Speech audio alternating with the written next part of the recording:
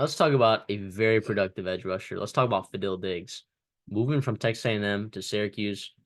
If you don't know, Texas A&M had one of the best pass rushers, especially on the defensive line, in the entire country. All right, they got home on quarterbacks, almost better than anyone in the entire country.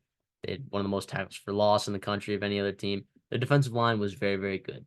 And among the most productive players in the pass rush on that entire defensive line was Fadil Diggs. Mhm. He's headed to Syracuse, following his defensive line coach. Elijah Robinson will be the defensive coordinator there at Syracuse. This is a very good talent to add for Syracuse, and kind of a tough loss for Texas A&M. This is a guy I thought legitimately was going to go to the NFL. Like Mike Clemens style. I thought he might go day 3. Get some reps. He's very good.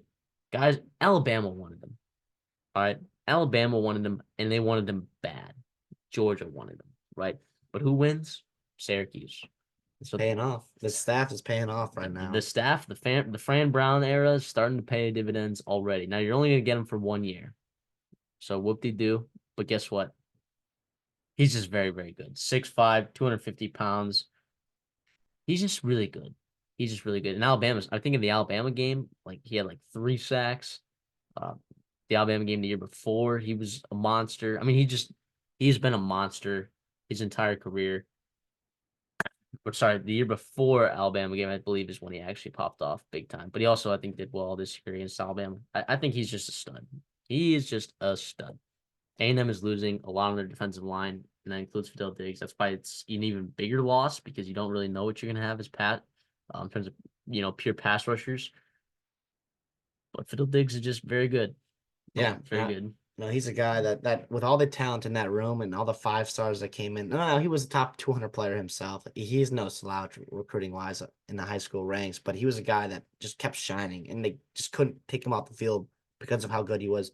Originally from New Jersey, from that Northeast, coming back home with E-Rob to go to Syracuse, where and they got to replace some guys there up front, and he's going to be right first in line to do so and really change the culture there. I love his game. I absolutely love his game. I love his relentless ability to get to the pass rusher. Even in run defense, I love him too. This is a guy that's going to be huge for Syracuse up front. And obviously, you mentioned all the other teams that wanted him badly. Shows you how good and respected the player is. If the teams he is playing turn on and want him bad, as well after scouting him, after having to game plan for him, and yeah, I do think it'll hurt because I'm sure it benefited him a little bit because he played out next to a bunch of other studs on that D line. But I don't think it takes away from who he is as a player. I think it'll all translate to the ACC and to Syracuse, where he will really dominate in his last year of college football before heading off to the NFL. Yeah, he's just a very good player. What This is a great get. it's a big time loss for A&M too on the edge. That's kind of their position of need. I mean, they have a ton of 5 stars up the middle. I think potentially on the interior defensive line, but on the edge there, that's where you're a little thin. You got to rely on some guys like Anaya White and others, right? Yeah, Malik Silla. I mean, you got some guys, Mark Stewart. I mean, there's sure plenty of guys, but not none as proven as Fidel Diggs for sure. Well, and that's why they're going to the portal and to getting out a guy, which we'll talk about a bit in a little bit here soon.